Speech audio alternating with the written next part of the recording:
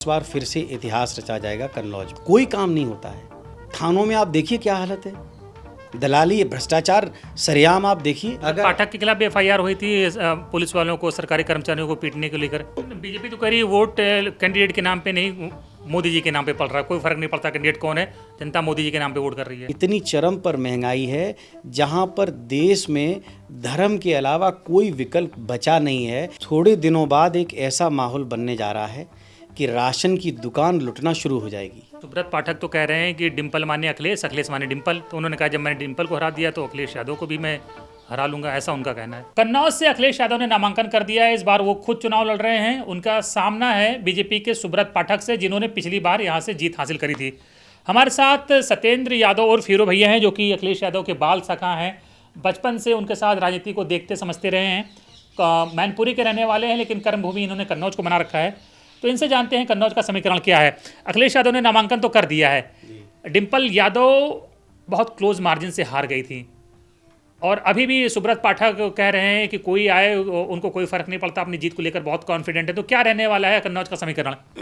देखिए, ऐसा है कि उत्तर प्रदेश और देश में माननीय अखिलेश यादव एक बहुत बड़ा प्रोफाइल है, एक बहुत बड़ा नाम है, एक बहुत बड़ी शख्सियत है। अखिलेश यादव जी का यहाँ पर आना, पहले तो वो नहीं लड़ना चाह रहे थे, लेकिन यहाँ पर यहाँ के लोगों की मांग जो है, अखिलेश यादव जी ने जो यहाँ पर तमाम विकास किए, यहाँ पर कन्नौज को बहुत कुछ दिया है, तो यहाँ की जनता, यहाँ के लोग चाह रहे थे कि वो यहाँ से लड़ें। वो यहाँ से आए हैं, लड़ाई बिल्कुल एक तरफा है, और अखिलेश जी बहुत भारी मतों से जीते हैं। मैं उनको बहुत नज़दीक से जानता हूँ। बहुत ही धरातल पर उन्होंने यहाँ बहुत कुछ दिया है। जहाँ पर हम लोग हैं, आप देखिए कन्नौज में जितना भी इत्र पार्क से लेकर आलू की या मंडी से लेकर मेडिकल से लेकर इतना कुछ किया था, तो फिर सुब्रत पाठक पिछली बार फिर कैसे जीत गए, फिर कैसे हरा दिया? जाहिर बात है कि वोट जो विकास अपनी जगह है, लेकिन चुनाव जो होता है उसमें तमाम दूसरे समीकरण होते हैं, जातीय समीकरण होते हैं, तो इसमें कहीं ना कहीं सुब्रत पाठक भारी पड़े थे। देखिए, ऐसा है कि पिछली बार भी, क्योंकि क्या होता है कि कई बार लोकल के जो स्थानीय मुद्दे हैं वो भारी पड़ जाते हैं। तो पिछली बार ऐसा हुआ था, और जनता को भी कई बार ऐसा लगता है कि हो सकता है कि इससे बेहतर कोई और हो, लेकिन जनता ने यहाँ पर देख लिया है जिस तरह से यहाँ पर जाति भेदभाव के साथ काम किया जा रहा है, लोगों ने देखा है। मैं यहाँ पर 1999 से, जब अखिलेश जी पहली बार राजनीति में आए थे, मैं तब से उनको जान रहा हूँ, और कन्नौज उनका जो पुराना जो है ज़मीन रहा है, और फिर से कन्नौज में आए हैं। आप देखिएगा, इस बार फिर से इतिहास रचा जाएगा कन्नौज में। ऐसा क्या बदल गया है बीते 5 सालों में कि सुब्रत पाठक जो जीते थे वो हार जाएंगे? लोग परेशान हैं, कोई काम नहीं होता है। थानों में आप देखिए क्या हालत है, दलाली, भ्रष्टाचार सरेआम आप देखिए, गुंडागर्दी चल रही है, किसी की नहीं सुनी जा रही है। अगर पाठक के खिलाफ एफआईआर हुई थी पुलिस वालों को, सरकारी कर्मचारियों को पीटने को लेकर, एफआईआर छोड़ दीजिए, उन्होंने एसडीएम से लेकर तहसीलदार से लेकर किसको छोड़ा है? अधिकारियों को अपहरण कर लेना, उठा लेना और उनको रात भर बंदी बनाना, ये आम बात है। तो बीजेपी तो कह रही है वोट कैंडिडेट के नाम पे नहीं, मोदी जी के नाम पे पड़ रहा है। कोई फर्क नहीं पड़ता कैंडिडेट कौन है, जनता मोदी जी के नाम पे वोट कर रही है। मोदी जी ने इस देश को कहाँ पहुँचा दिया?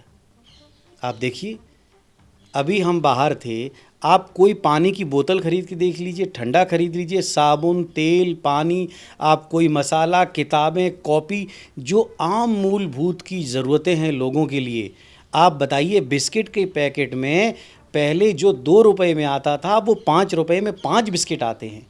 गरीब अपनी अच्छे से भूख, 40-45 रुपए किलो आपका चावल आ रहा है। आटा देखिए, आप कोई भी चीज़ देख लीजिए, इतनी चरम पर महंगाई है जहाँ पर देश में धर्म के अलावा कोई विकल्प बचा नहीं है।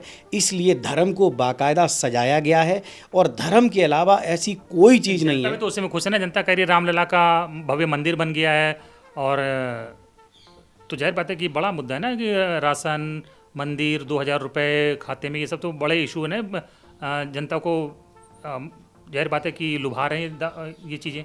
लेकिन कितने दिन तक? वही जनता जो है, आप देखिए, थोड़े दिनों बाद एक ऐसा माहौल बनने जा रहा है कि राशन की दुकान लुटना शुरू हो जाएगी। राशन, लोग भूख मिटाने के लिए सड़क पर आएंगे।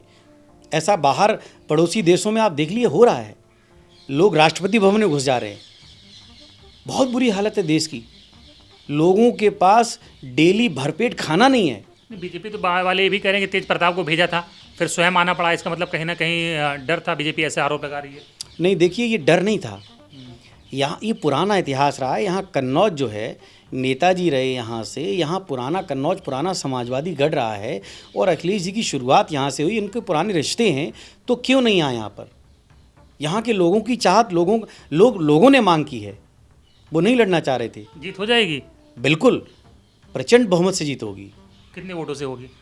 मुझे लगता है कम से कम जो है 2 लाख से ऊपर की जीत होगी।